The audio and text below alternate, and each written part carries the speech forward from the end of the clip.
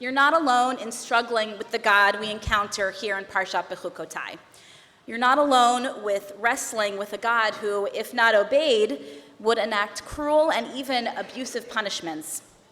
And as many, many have said before me,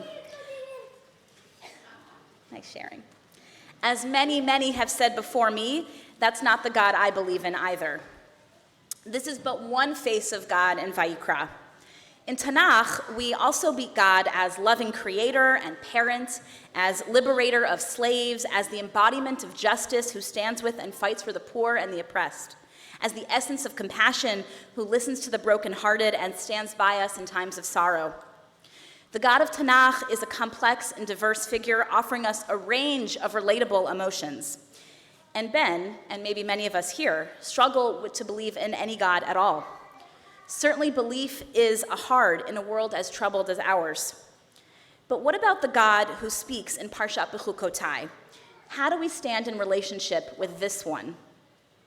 The Parsha begins with these words, Im bechukotai telechu ve'mitzvotai tishmeru v'asitem otam.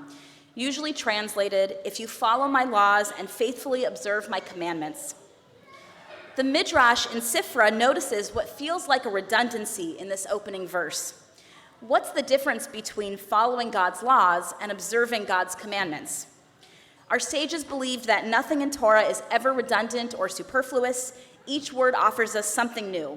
So the Midrash says, the first part of the verse, if you follow my laws, refers to Torah study, shetihiyu amelim b'Torah, that you should work hard in studying Torah. While the second part, tishmeru va'asitem, refers to keeping mitzvot. The Hebrew verb used here is instructive. The first part of the verse is im bechukotai telechu, literally if you walk in my laws. Learning about God and mitzvot is meant to be an ongoing process of discovery, a lifelong journey. We walk in God's laws, meaning we pass through many stages in our learning, growing and deepening our understanding along the way. We're immersed in an open-ended journey without knowing where it will lead. And when it comes to knowing God and studying the Holy One's mitzvot, there are various paths we can take. We shouldn't be afraid to try on new ideas, ask questions, consider new perspectives. Most of all, we should remain open to ever-evolving ideas about God. So rather than reading the first verse in a negative and threatening light, the Midrash reads it as an invitation to be in lifelong relationship with God through Torah study, a relationship in which we can discover for ourselves what God means to us. And here's another idea.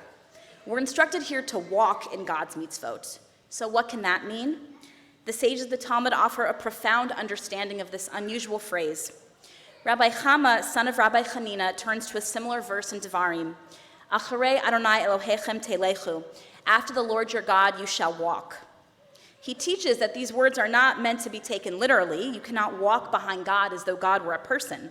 Rather, walking in God's mitzvot means to follow God's example, emulating divine behavior. Just as the Holy One clothes the naked by dressing Adam and Eve, so too should we clothe the naked. Just as the Holy One visits the sick, as when God visits Avraham after his circumcision in Breshit, so too should we visit the sick. And just as God buries the dead, as when God buries Moshe at the end of Devarim, so too should we bury the dead. To walk in God's mitzvot means to live a life grounded in chesed, centered on acts of kindness and giving.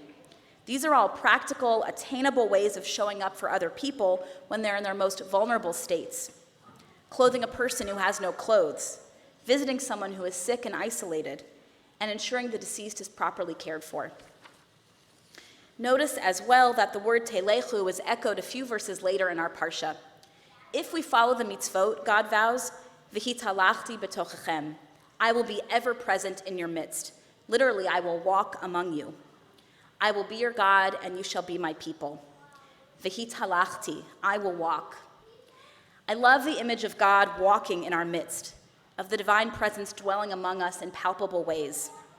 The Midrash in the Sifra compares this verse to another verse in Breshit, which uses the same verb.